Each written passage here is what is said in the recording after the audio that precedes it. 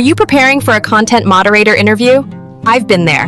In this video, I'll walk you through the exact questions and rounds I faced when I applied. Hi, I'm Suikan. I work as a content moderator and now I'm working as a QA. During my content moderator interview, these were the stages and questions that they asked to me. So let me break it down for you guys. The first stage and the first round was the language assessment. So content moderator is a very vast job and you have to work on a different project, and the more language you know, you are going to be beneficial with it.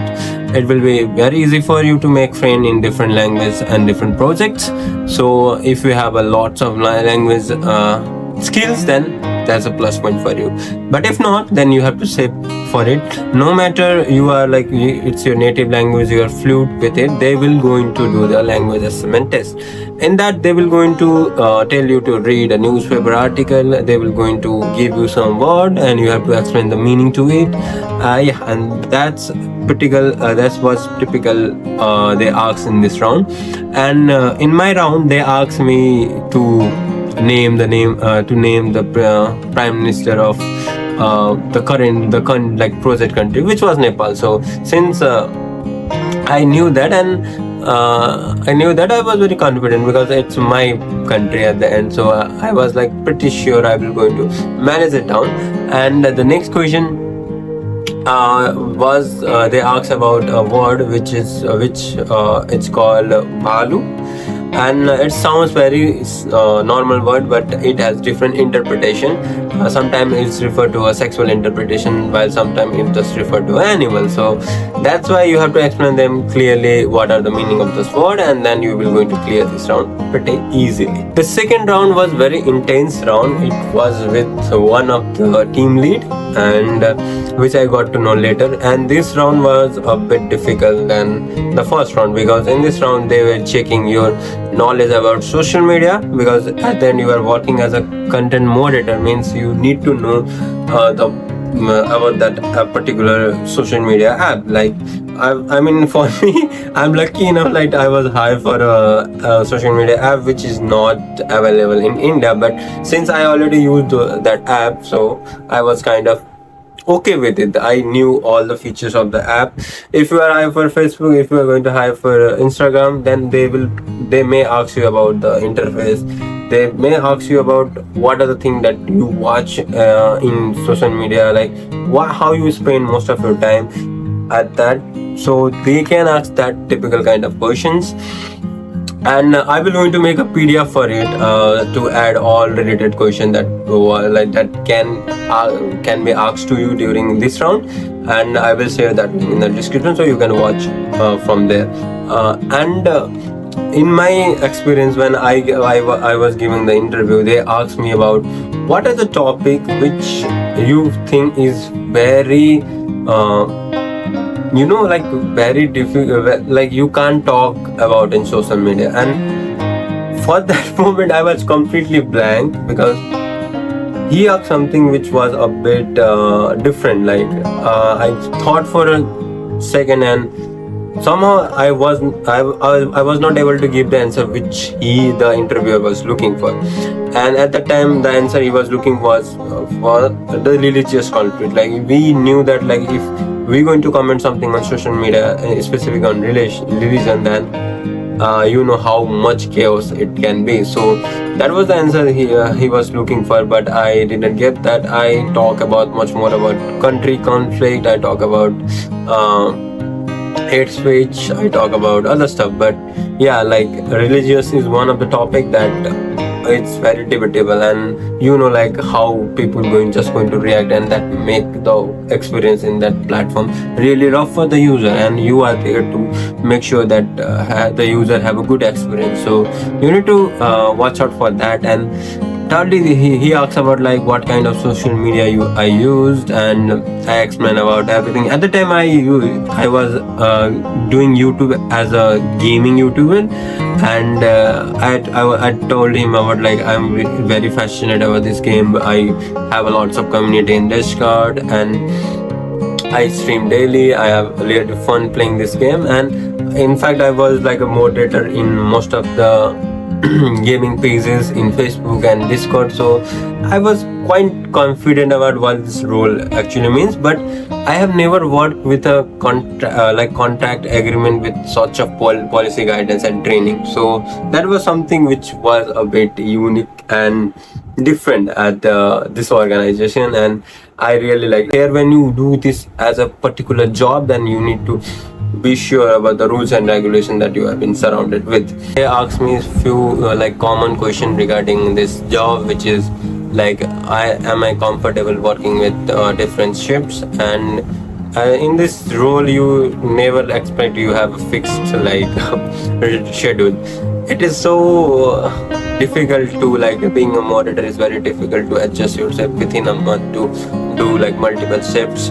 The timing is very chaotic. When I start, the timing was 2:30 to 11:30, and in middle we got split it into two shifts. We were working for morning shift 7 to 4, and then afternoon 2 to 11. Then there is a night shift from 10 to 7, and there is a middle shift here and there. So it's very chaotic.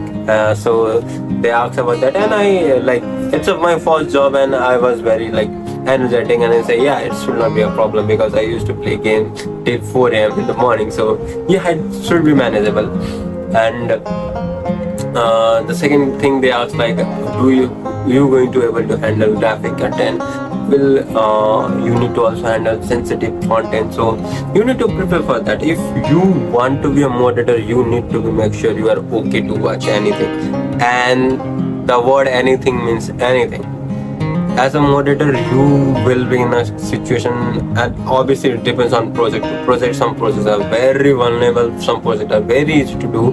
So it's up to you. If you are at a good project, then you expect the content should be good, and very conservative market, especially in Nepal, Dubai, you will not going to see that much kind of content. But in some places like in Africa, in US itself, everything is open up, right? So you're going to see a lots of content, and so you have to be prepared for that.